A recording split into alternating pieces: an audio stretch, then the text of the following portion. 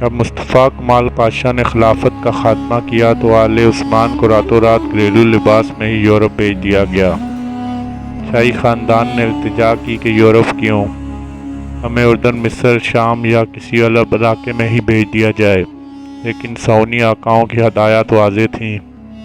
اپنی آتش انتقام کو ٹھنڈا کرنا اور ان کے آخری درجے ذلیل کرنا مقصود تھا۔ چنانچہ کسی کو یونان میں یہودیوں کے مسکن سالونیک اور کسی کو یورپ روانہ کیا گیا، اور آخری عثمانی بادشاہ سلطان وحید الدین اور ان کی اہلیہ کو راتوں رات فرانس بھیج دیا گیا، اور ان کی تمام جائیدادیں ضبط کر لی گئیں، یہاں تک کہ گھریلو لباس میں خالی جیب اس حال میں انہوں نے رخصت کیا گیا کہ ایک پائی تک ان کے پاس نہ تھی۔ کہا جاتا ہے کہ سلطان وحید الدین کے شہزادے منہ چھپا کر پیرس کی گلیوں میں کاسہ گدائی لیے پھرتے تھے کہ کوئی انہیں پہچان نہ پائے۔ پھر جب سلطان کی وفات ہوئی تو کلیسا ان کی میت کو کسی کے حوالے کرنے پر آمادہ نہ ہوا، کیونکہ دکانداروں کا قرض ان پر چڑھا ہوا تھا۔ بالآخر مسلمانوں نے چندہ کر کے سلطان کا قرض ادا کیا اور ان کی میت کو شام روانہ کیا، اور وہاں وہ سپرد خاک ہوئے۔ 20 سال بعد جنہوں نے سب سے پہلے ان کے بارے میں دریافت کیا اور ان کی خبر کی، وہ ترکی کے پہلے منتخب وزیر اعظم عدنان مندرس تھے۔ شاہی خاندان کی تلاش کے لیے وہ فرانس گئے اور وہاں جا کر ان کے حوالوں کو آئف انہوں نے معلوم کیے۔ پیرس کے سفر میں وہ کہتے ہیں کہ مجھے میرے آبا کا پتہ بتاؤ، مجھے میری ماؤں سے ملاؤ۔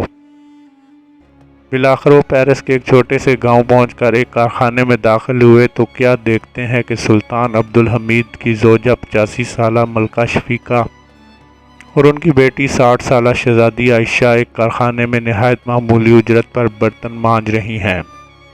یہ دیکھ کر مندرس اپنے آنسو روک نہ سکے اور زاروں کے تار رو پڑے۔ پھر ان کا ہاتھ چوم کر کہنے لگے، مجھے معاف کر دیجئے، مجھے معاف کر دیجئے۔ شہزادی عائشہ نے پوچھا، آپ کون ہیں؟ کہا، میں ترک وزیر اعظم عدنان مندرس ہوں۔ اتنا سننا تھا کہ وہ بول اٹھیں، اب تک کہاں تھے، اور خوشی کے مارے بے ہوش ہو کر گر پڑیں۔ عدنان مندرس جب انقرہ واپس گئے تو انہوں نے کمال اتاترک کے دوست اور اس وقت کے ترکی کے صدر جلال بیار سے کہا کہ میں آل عثمان کے لیے معافی نامہ جاری کرنا چاہتا ہوں اور اپنی ماؤں کو واپس لانا چاہتا ہوں۔ بیار نے شروع میں تو اعتراض کیا، مگر مندرس کے مسلسل اصرار پر صرف عورتوں کو واپس لانے کی اجازت دی۔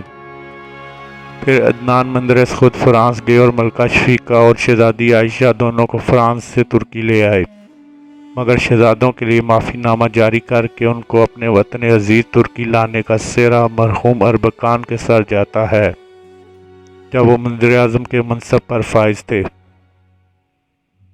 پھر جب مندرس پر جھوٹا مقدمہ چلا کر ان کو تختہ دار پر لٹکایا گیا تو منجملہ الزامات کے ساتھ ساتھ 2 الزامات یہ بھی تھے کہ ایک یہ کہ انہوں نے 30 سال بعد ترکی میں عربی زبان میں اذان دینے کی اجازت دی، جسے کمال اتاترک اور ان کے ساتھیوں نے بند کر دیا تھا۔